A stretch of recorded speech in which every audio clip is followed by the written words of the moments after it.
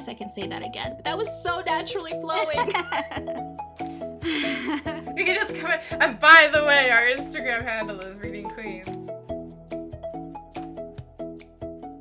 Welcome to the Reading Queens podcast, the show where we blab about our favorite books, why we love them, and the book boyfriends we wish were real.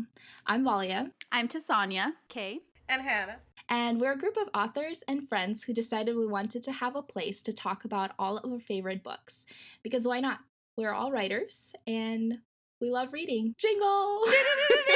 And our little jingle. In this episode, we wanted to take a moment and let you get to know us a little better.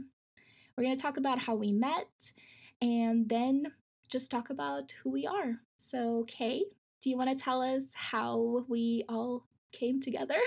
Well, we started as an Instagram group. We would just tell each other when we had posts on Instagram, and then we'd kind of all go on and comment on each other's posts. And that really helped us get to know each other just by having our Instagram posts, which was kind of fun because it kind of started out as like a no pressure. We were just trying to help each other out, but just by interacting with each other on a regular basis, I felt like we really got to know each other better. And over time, that friendship continued to grow really slowly, but then eventually we started a Facebook group where we could get help from each other with more things, and then we started doing Zoom calls with each other where we could get, it was more like a mastermind group. And I don't know, it's been really cool. A very valuable friendship for all of us. Yeah, for sure. I definitely agree with that. It has changed my author career and just the way I feel about reading and writing in general, which I think is great. And Hanna left us. She had to chase a toddler. I saw it. Oh no. Yeah. If you want to say something, just say it. Alrighty. We're going to go ahead and go around the room and let everybody meet everybody. So, Tess, would you like to start us off?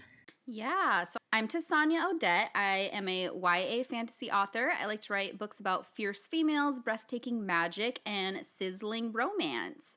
My current series is the Fair Isle trilogy. It's a fae book, all about fae with some brooding, handsome royals and some witty banter, just like I like my fae novels. The first book is called To Carve a Fae Heart, and at the moment that we are recording this podcast, I am working on book 3, which is To Spark a Fae War. Yay. Great books. This is so awkward. You just stop talking and we're like, yeah? Okay. We're really learning here, okay? This is an experience. All right, Kay, how about you? Can you tell us what you do? Yes, so I'm Kay L Moody. I write also young adult fantasy, which is awesome. I'm kind of really into plot twists. I like doing plot twists, which I didn't really think that would be a theme throughout all of my books, but it has been. I guess I just like planting seeds early on. But I also have lots of action, compelling characters. I mean, I try to have compelling characters anyway. And romantic subplots. What? I said cut out the I try. Maybe you might kind of like my book, sort of. I'm keeping this all in. Yeah, so plot twists and fierce female leads also are heavily featured in my books. Oh, I forgot to say my series. Okay, so I am currently doing also a fae series, and the first book in that series is called Court of Bitter Thorn. But I recently right now, at the time of recording, I'm finishing up my previous series, which is called The Elements of Camdaria, which has all this fun manipulation of the elements. So that's been a really fun magic system. It is. It's very good, actually. I love elemental magic, and I love your books because you do such a good job with them. So it's Aww. great. It's great. All right, Hanna, do you want to tell us about yourself? I do. I'm Hanna Sandvig. I also write YA fantasy. There's a theme here.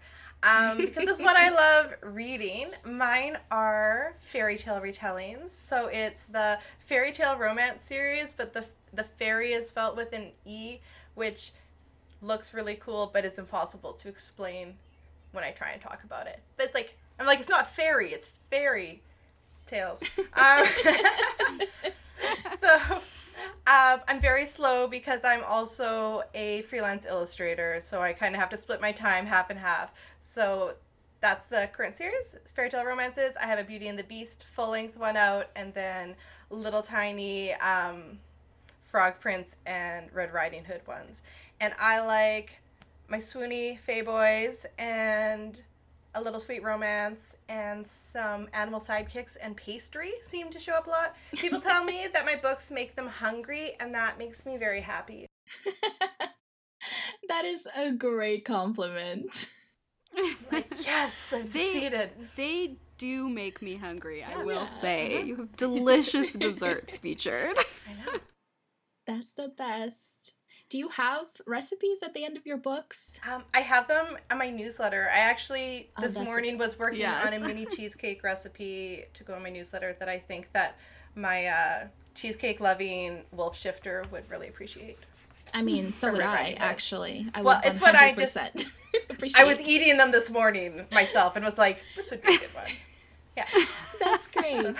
Yeah, I knew I see them somewhere, so I was like, wait, I don't think they were in your books, but that's actually a pretty cool thing to have in your newsletters. Yeah. Yeah, so I guess I should probably talk about myself. I'm Valia Lind. I am also a young adult author of fantasy, more paranormal romance and urban fantasy than, the fancy epic stuff that my friends write, because I'm not really great at world building. I'm more action based, which is what my books are. Um, very much action, a lot of it happening, and very fast paced books. Um, Always romance because I can't live without it. I need it. And broody shifters have been a theme recently, so I'm gonna stick with it for a while, I think. Although I am introducing a broody Fae prince, so there is that. That's in my next series, which is Shadow of the Fae, but currently I'm working on that book and a supernatural prison series that is a 4-part adventure through, St. Petersburg, Russia, and magical realms. It's pretty fun, if I do say so myself. I really very much like that book. So yeah, so that's And I liked learning about Russia through reading that book. For real, it was fun reading about all the different places in Russia. Yeah, it's actually really fun for me too. When I was writing it, I had to go back to places. Like, one of the apartments that are featured in that series is literally an apartment we lived in. So I got to be like, oh, this is where I went for my walk and this is what I did and everything. So that's the fun part of writing. So I like. Okay, so So for those who don't know, Valia used to live in Russia as a child. I feel like that maybe. that's probably a good point to point out. We're really great at this podcast thing. We're experts. Experts already, for sure.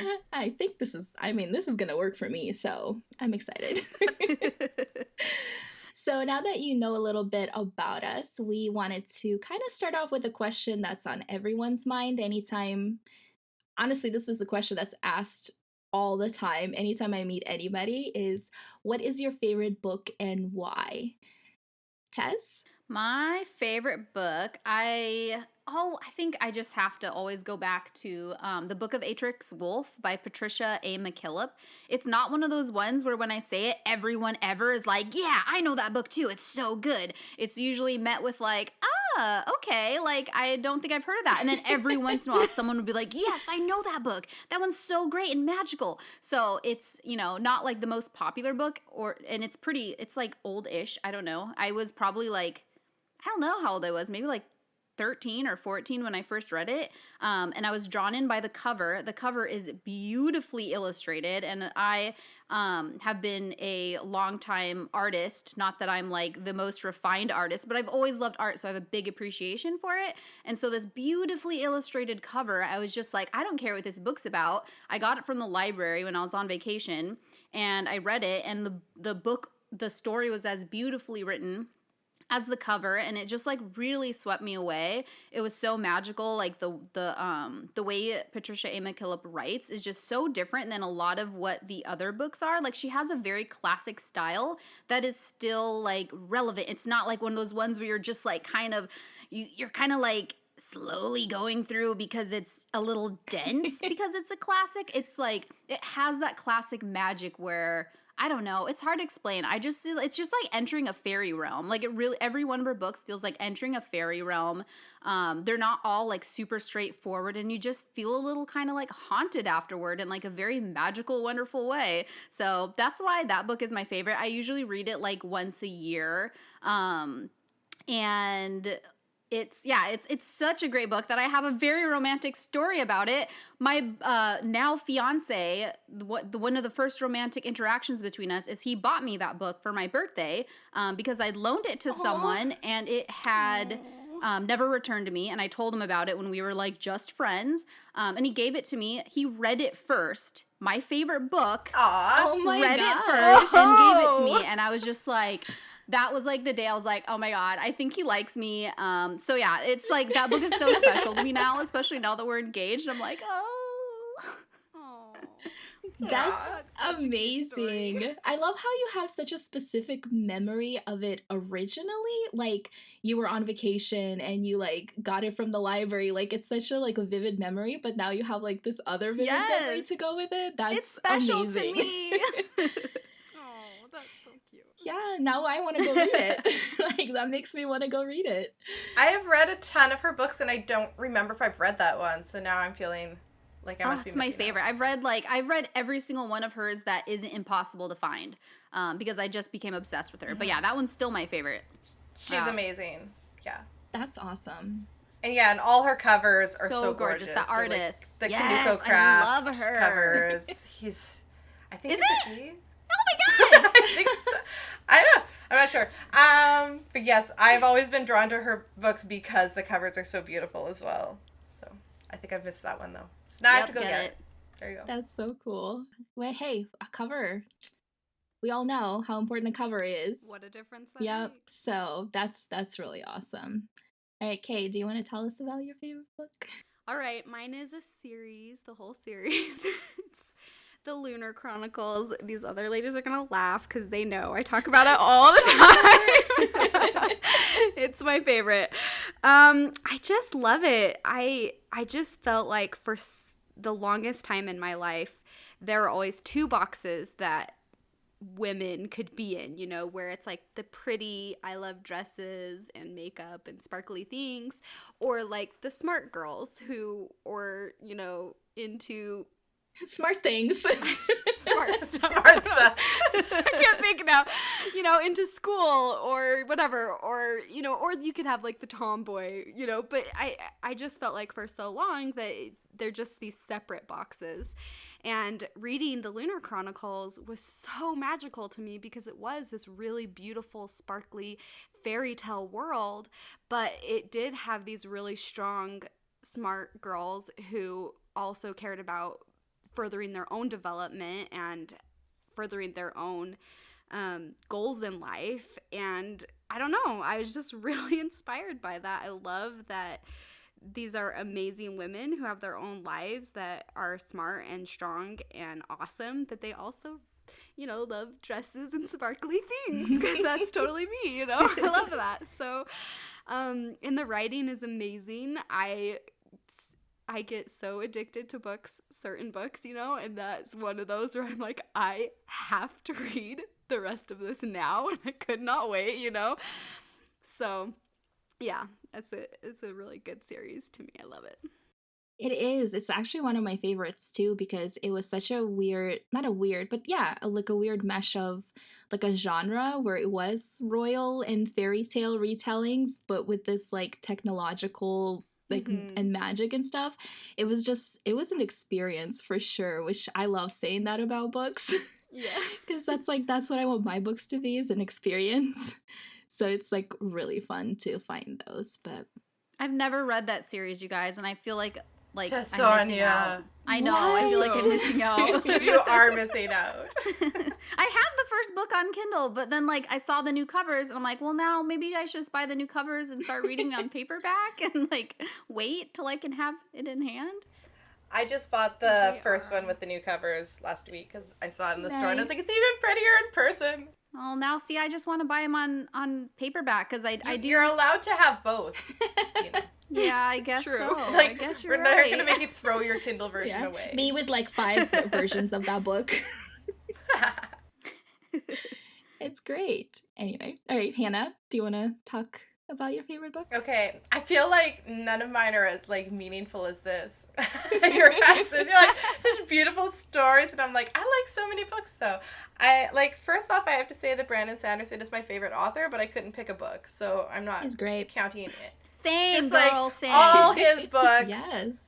people should read and good. But I'm gonna go with Sorcery of Thorns, which is like I read it last year, and I love it because it's got romance, which I love, and then the world building is like it's this world where spell books like take on their own sentience based upon like I guess sort of like what the sorcerers put into them. So the librarians have to deal with all these spell books that are trying to like bite them or put spells on them or stuff. Like they're all like nasty spell books and they have to have swords, and occasionally a book goes like rabid and turns into this giant paper monster that eats things, and I'm like, what is this wonderfulness? And there's like and there's lots of banter, and just like I laughed out loud while I was reading it. The girl's been convinced that sorcerers like drink the blood of virgins and kill small children and all this stuff. So she keeps saying stuff like that, and he just agrees with her because he thinks she's kidding. She's like literally thinks that's what's gonna happen to her. So yeah, it had all the stuff I like in it. I don't know if it'd be my favorite for like the rest of my life, but I very much enjoyed it, and it's a standalone, which is kind of sad, but it means you can just like reread it and just like enjoy the book again, and not have to commit to like a 10-book experience, which I don't always manage to do. Yeah. I actually have it on my shelf right up there because Have you read I have it? not read it, so I'm gonna. It's so Oh, yeah. good. I'm gonna have. So good. I know, but I didn't know. What is this like? The magical books becoming like that is not advertised at all. I feel like they don't always advertise things No. properly of like what you should be telling people. Yeah, exactly. Like I would be like, yeah, this is going on top of my TBR right here.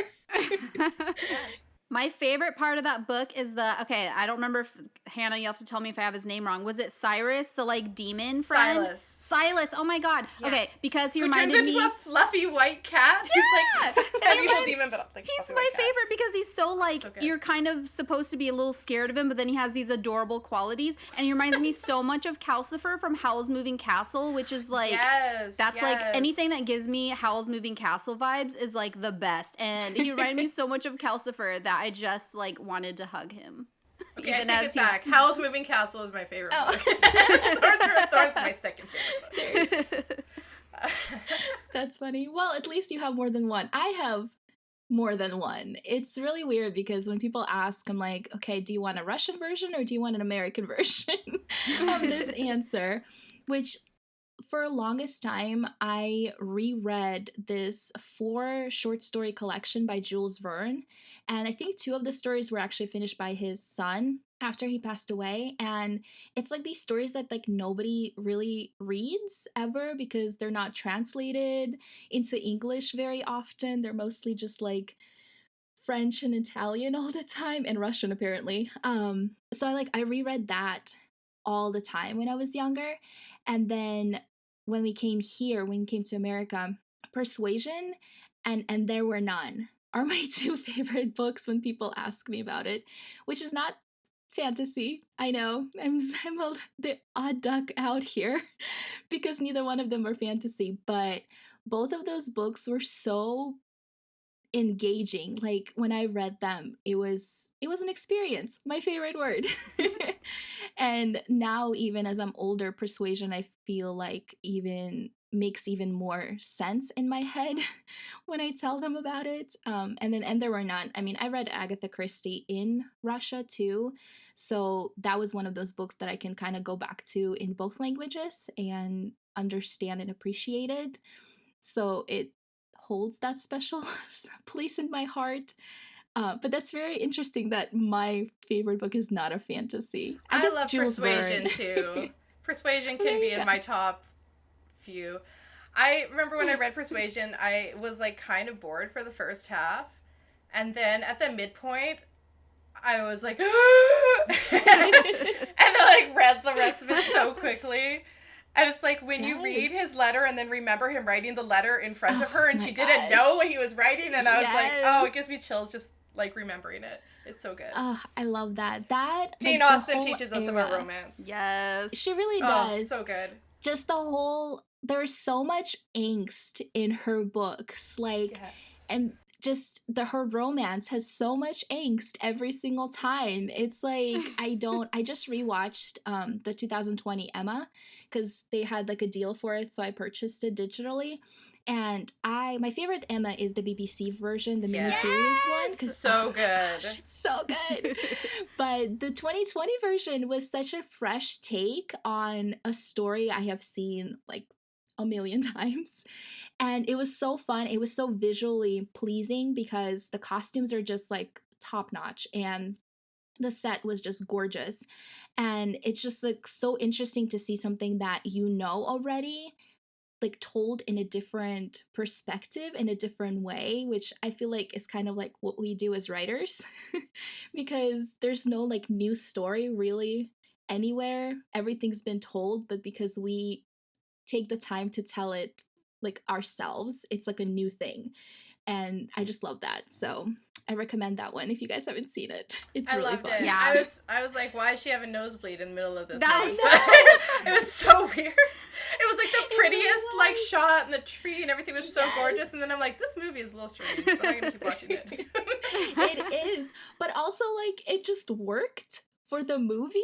Like I wouldn't see that in any other adaptation, but for this one it was like it's weird, but okay. Like I'm gonna go with it. Yeah. Which yeah, the set on that just like oh my gosh, when they do like the Mr. Knightley does like the walkthrough of his house. I'm like, can I just go in there right now? I want to see all of this. It's so beautiful.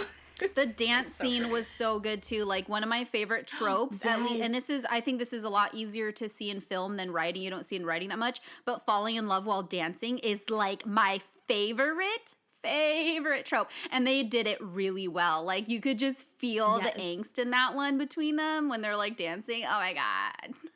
Like there's that like realization in their eyes, like when they Yes. just kind of like come together and it's like, oh,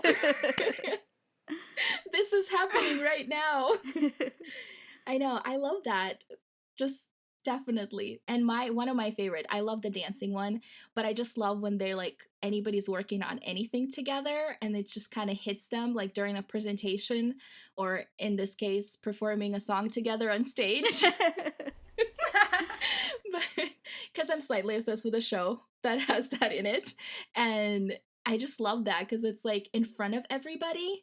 So you're trying not to show it, but then you're just having all of those emotions trying to come out. It's so great. I try to put dance scenes in my books because they feel very fairy tale. You always have like the swishy ball gown at the dance scene, but it is like tricky to get the same like longing look thing. He touched my hand, Jane Austen is across in a book.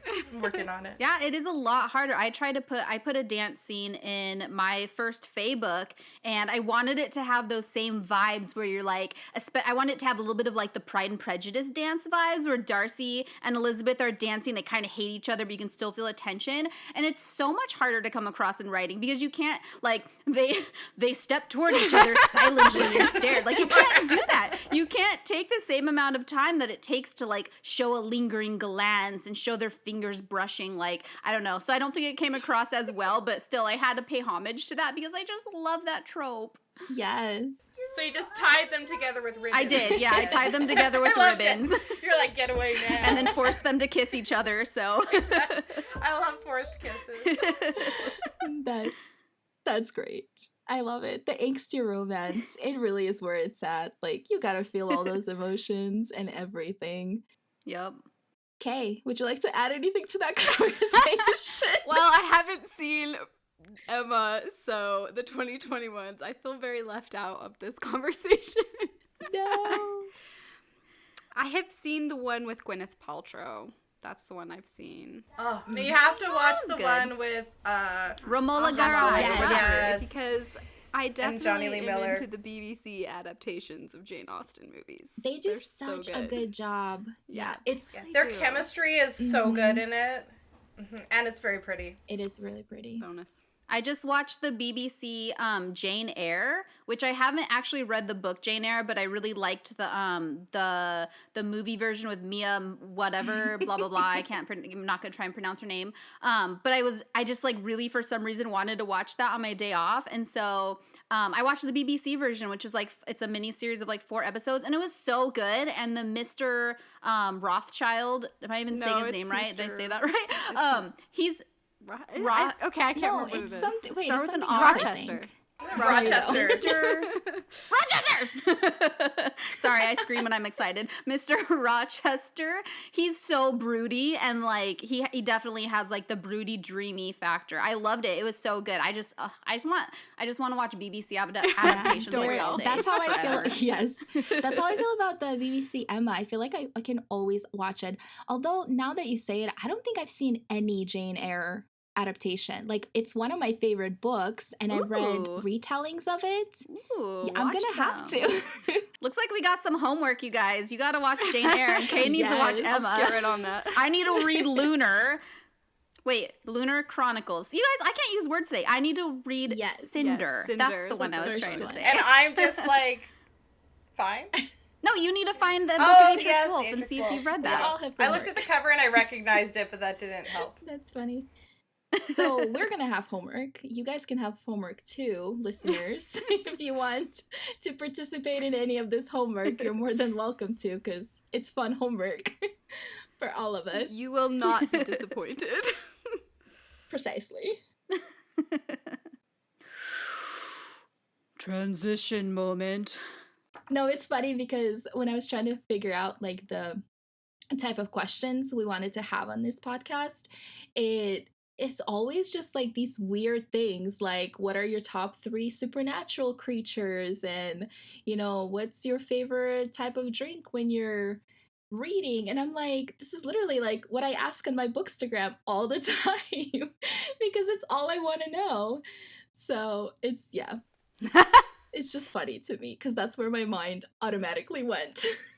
You know what questions, which I guess, I don't know, that we can, this may or may not be a good option, but I feel like I get a lot of good engagement, which I haven't done in so long, is having like kind of ridiculous would you rathers, but somehow make them relate to like books. Like I've got the most responses when I asked, like, I think it was like, would you rather wake up with like horse hooves or lobster claws or something? Like, it didn't relate that much to books, but you can make them relate to books. So if we get bored of like, if we're like, I feel like we've asked like, what's your favorite like brooding handsome male, we could ask like some weird would you rathers, and people I think get into them. I get into them. That's true. Like, would you rather be a mermaid or a unicorn? Mermaid. Obviously, mermaid. I'd probably rather I don't be know, a unicorn. Tess is gonna be a unicorn. No, I'd want to ride a unicorn. I don't know if I want to be one. Oh. Can you be a mermaid who rides a I unicorn? would not choose I can't mermaid. ride a Really? unicorn. That's funny to me. The rest of you are like, no I would questions prefer to asked. remain humanoid. Why would you want it? Yeah. Well, okay. If you say mermaid or Shifter unicorn. that's Or different. shifter That mermaid. would be cool. Still mermaid. Yeah, still a mermaid. Yeah, my girl, Sky. Still not a mermaid. Just kidding. That's what the only way I could find myself writing a mermaid was when I wrote a mermaid shifter, because I was like, I still want her to do stuff on land. Yes. Yeah. I would want to be a unicorn to be able to like run through the fields, wind in your But then you face. can't like swim in the That's ocean. so You want to cool. swim in the ocean with the water in She's I your like, don't face. want to swim in the ocean. Kay does not like the Ugh. ocean. Oh, thank you. Hard pass. Oh my gosh. That's funny. I will look at it and From enjoy afar. it from a From distance afar. and be like, She'll be the "It's so unicorn up on the beautiful." bluff looking Yeah. over the ocean, admiring Exactly. Her mane in the Hey, breeze. unicorns can go get their hooves in the water a little bit. That's just fine. I'm fine with If you that get drove amount of all the way ocean. under, it's too much like the last unicorn, and that's just like scary. With like the And then we Oh. cry. yeah, that movie like Last uni- kind of creeped me out when I was little, but I loved it and I kept watching it. And every time I'd watch it again, I'd remember like how creepy it actually was, and like how much it kind of scared me as a child. I watched it Oh my first as an gosh. adult, and I was like, children watch this? And I was like bawling. So that's That's good. how I feel about Anastasia. I feel like it's such a dark, like, a cartoon, and like how children watching this, it's like full on darkness in there. It's one of my favorite things, which always surprises people. Because they're like, it's not accurate. It's Anastasia. Like, shouldn't you be like upset because they took a As a story? I'm Russian. like, no. I'd rather have this story than what actually happened. Yes. Yeah. We always fast forwarded the scary, you know, the Mhm. scary Oh, song gosh, with yeah. Rasputin or whatever. We always fast forwarded that It part. is like the pretty because it was demons, and they're scary like, just so Yes. unnecessary and creepy. I'm like, why? Okay, Yeah. side note, speaking about Anastasia adaptations, apparently there's a 2020 adaptation that just like recently What? came out, and it's a movie, so like I think it's like Lifetime-esque type of a movie, and apparently Rasputin saves Anastasia and throws her into a time traveling loop or something like that, and she ends up, I think, in the 80s in like some small town in America. What? It is so bad. I didn't even watch it. I just read about it, and I was offended by that. It was so terrible. I was like, why is this a thing? And apparently the way I found out about it is because the Russians on Twitter were offended by it. So they were making a ruckus, and I was like, yes, I understand that. So I was wondering, were you offended as a Russian or offended as a fan of the Anastasia cartoon? I was offended as a human being.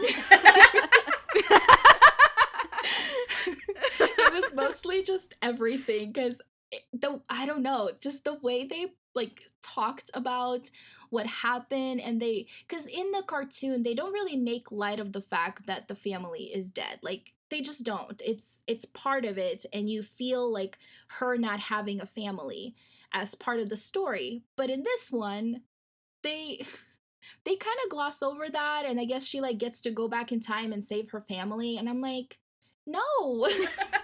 That's not how this works, and Rasputin is not a good person. He's Like, one of you like the sketchiest people in Right. history. You cannot make him a hero. Like, no. Anyway, there's a little segue there. I can talk about stuff like that all the time. I just looked it up and I'm also offended. Okay, thank you. I just like the tiny bit of trailer I can see looks. Yes. She's thank wearing you. like it looks like a costume from, you know, like a Rapunzel costume or something. Yeah, also, the dad, Nikolai, in the movie is the guy that played I think it's Brendan Roth. He played Superman in like the 2005 version or whatever, and he's on like Legends of Tomorrow or something. And I'm like, who let you be in this movie? Don't understand. I get very, very emotional about stuff like that. Dear listener, if you have watched Anastasia Once Upon a Time and believe it is good, please let us know in the comments. Yeah, please tell us why. We are interested. I really want to know. Oh my gosh, yeah. I always get into these like controversial conversations. Let's say that 3 times fast. About like TV adaptations and like different things. I am always in like the minority when it comes to stuff like that. Like if we talk about the Vampire Diaries, I'm very in the minority about my opinions about that show. But it's funny though because I haven't heard any good things about the Anastasia one. So I'm like, oh, this is what it feels like to be in the majority. Cool. That is too funny. Yeah. So are you a like or a dislike for Vampire Diaries? So I do like when shows are adapted into their own stories. Yeah. Because I think it's a different more, medium. Yes, it is. And you have to take that into consideration, which when I first started like watching adaptations of movies and TV shows, I was always like, it's not like the book. And then I'm like, well, duh, like the book wouldn't work on screen. That's the whole point. And so I've definitely gotten better about being like, okay, cool, like do your thing. I might not agree with all of it. With the Vampire Diaries, I am okay with what the show did on some parts and not okay on others. The books are not my favorite. I actually really do love LJ Smith, but my favorite by her is oh my gosh, The Night Vision, I think. It's a trilogy about kids, kind of like an X-Men type, where the kids have special powers and they're in a school. And then the Forbidden Game trilogy is really fun.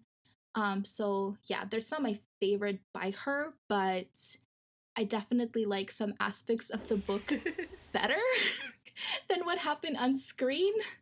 It's because I tried, but I only watched 3 episodes, and I was like, I cannot do this. And I like teen shows usually, but then on the other hand, I love Vampire Academy, and that movie was.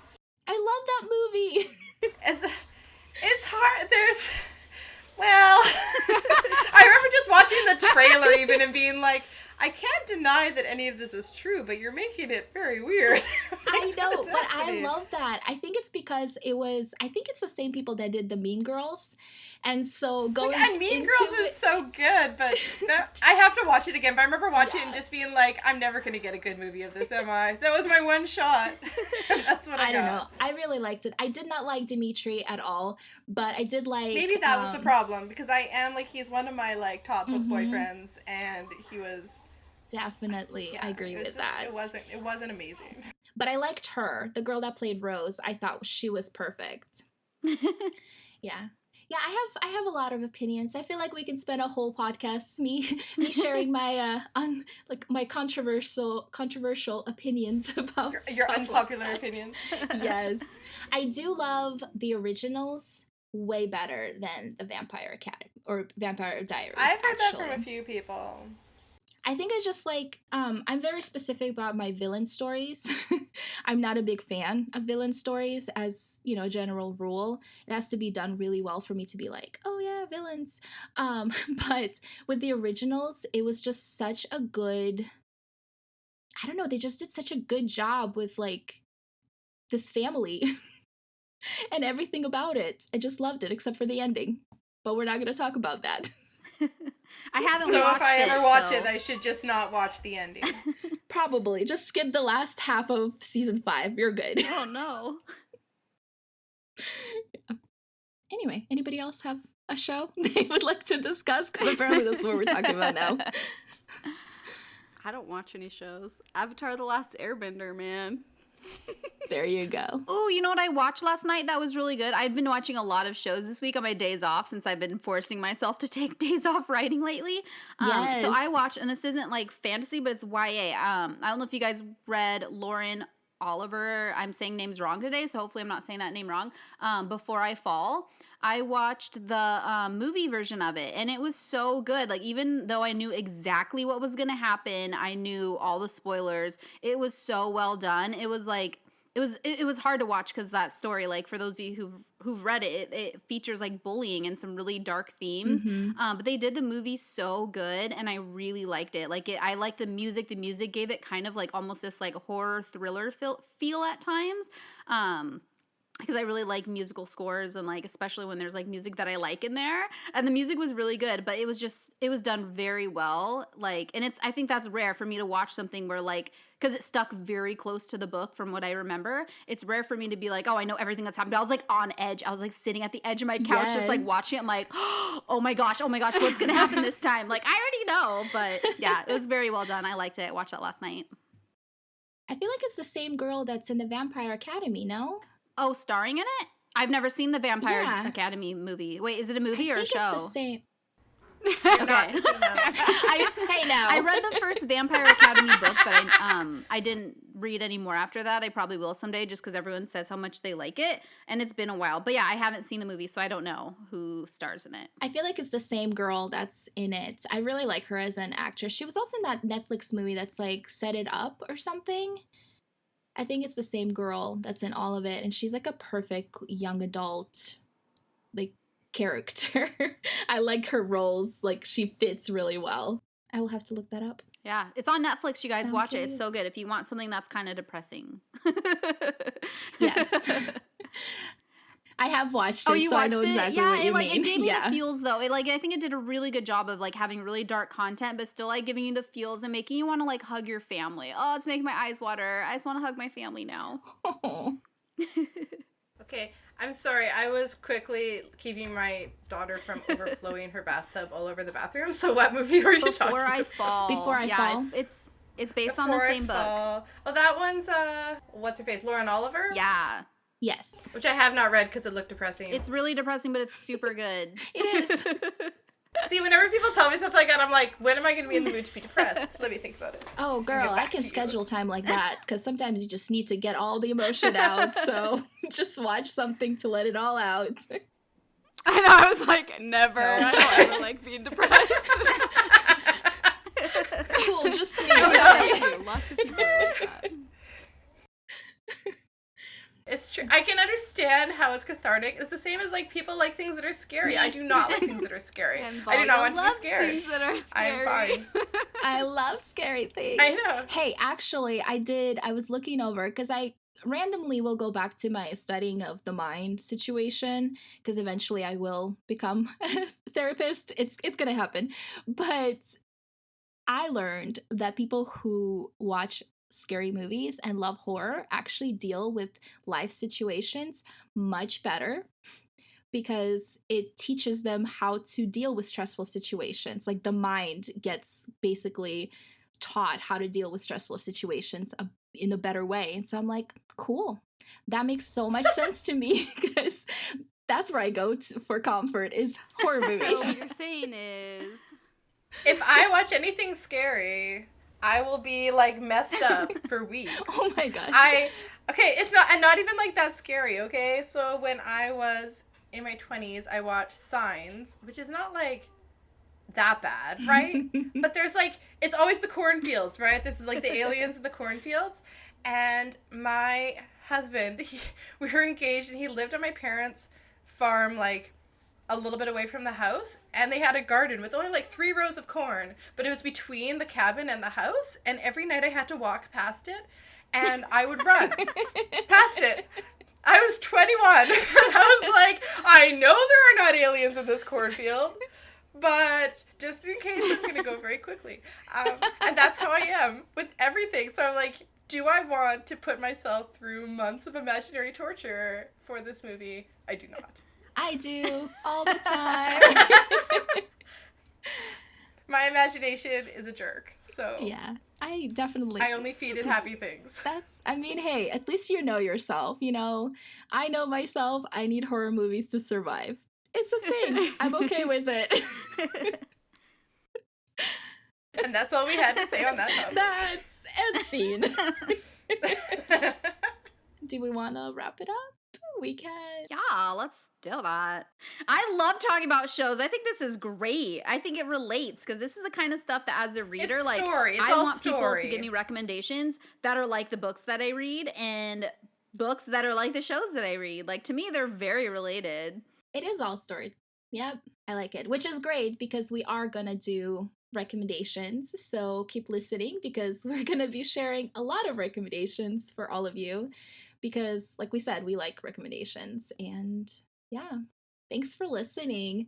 In the next episode, we're going to dive into one of our favorite tropes, which we kind of touched on different tropes in this episode, but these are our favorites to read and to write. Each of us will pick a different book to read this week, all following the same theme, and you guys can guess what it is if you want. But Tess, would you like to tell us what book you're reading? I'm going to be reading The Shadows Between Us. Sweet. By who? Oh crap! Trisha Levenspleller. I don't know. I'm so not good with names, you guys. Okay, it's okay. Her name's Trisha, and her last name starts with an L. Levenseller. Have you read it before? Levenseller. I mean, I am. Am I supposed to? No, not I have was just read curious. It? I haven't read it, but I keep meaning to because everyone says it's so good. Okay. I mean, I have already read it. I don't know if we're like supposed to pretend we haven't. We're just No, gonna lie. I mean we can tell them we read it. No, because I mean it still works. All of It's this the book is we're discussing. Hannah, you messed it up because all of this sorry. is being recorded. I'll just stop talking. No. All right, Kay, what book are you reading next week? I am reading Shatter Me by Tahira Mafi. I actually don't know how to pronounce her name, and I've looked it up online, and I can't find it. So if It's you know, Tahara. It's Tahara. Ah, thank you. Yeah, you're welcome. That means a lot to me to know how to pronounce people's names correctly. So that's good to know. Tahira Mafi. Yeah, she's a sweetheart. I love her. Hannah, what are you reading next week? I am reading Legendary by Stephanie Garber, and it's actually the middle book in the series, but I don't care because it's the best one. I just finished rereading Caraval, so I could read Legendary next. So I'm having a reread of the three of them. I have also read it before, but it's a great series, so I'm happy to read it again. It's very rare when a second book in a series is the best, which has happened once to me before with Ray Carson's books. It's a little bit because she switches main characters, I think. So even though it's like stuff that's happened before, it's still like the first story of this character and of her romantic arc and all of that. It's not like a continuation of the previous character arc. Yeah, that's cool. So I'll be rereading The Cruel Prince by Holly Black. I've also read the whole trilogy, so I'm going to try to keep my opinions to the first book, mostly. But yeah, so if you guys know what our trope or our theme for the books is, you can let us know on our Instagram, because we have an Instagram. And we'd love for you guys to follow us. We'll be sharing books we're reading, glimpses in day in life, since we are writers, but also we do a lot of things like, art and mom things. Some of us are moms, not me, but the rest of the group. And we want you to get to know us, and that's the whole point of this podcast, and for us to have fun and talk books and everything else. We will be posting a poll in our stories. If you'd like to vote on our first book club read, make sure you give us a follow so you can do that. Thank you for listening to Reading Queen's first show. Before you go, please take a moment to leave us a review, and then stay tuned for next week because we have a lot of really fun stuff planned for you. Bye. Bye. Bye.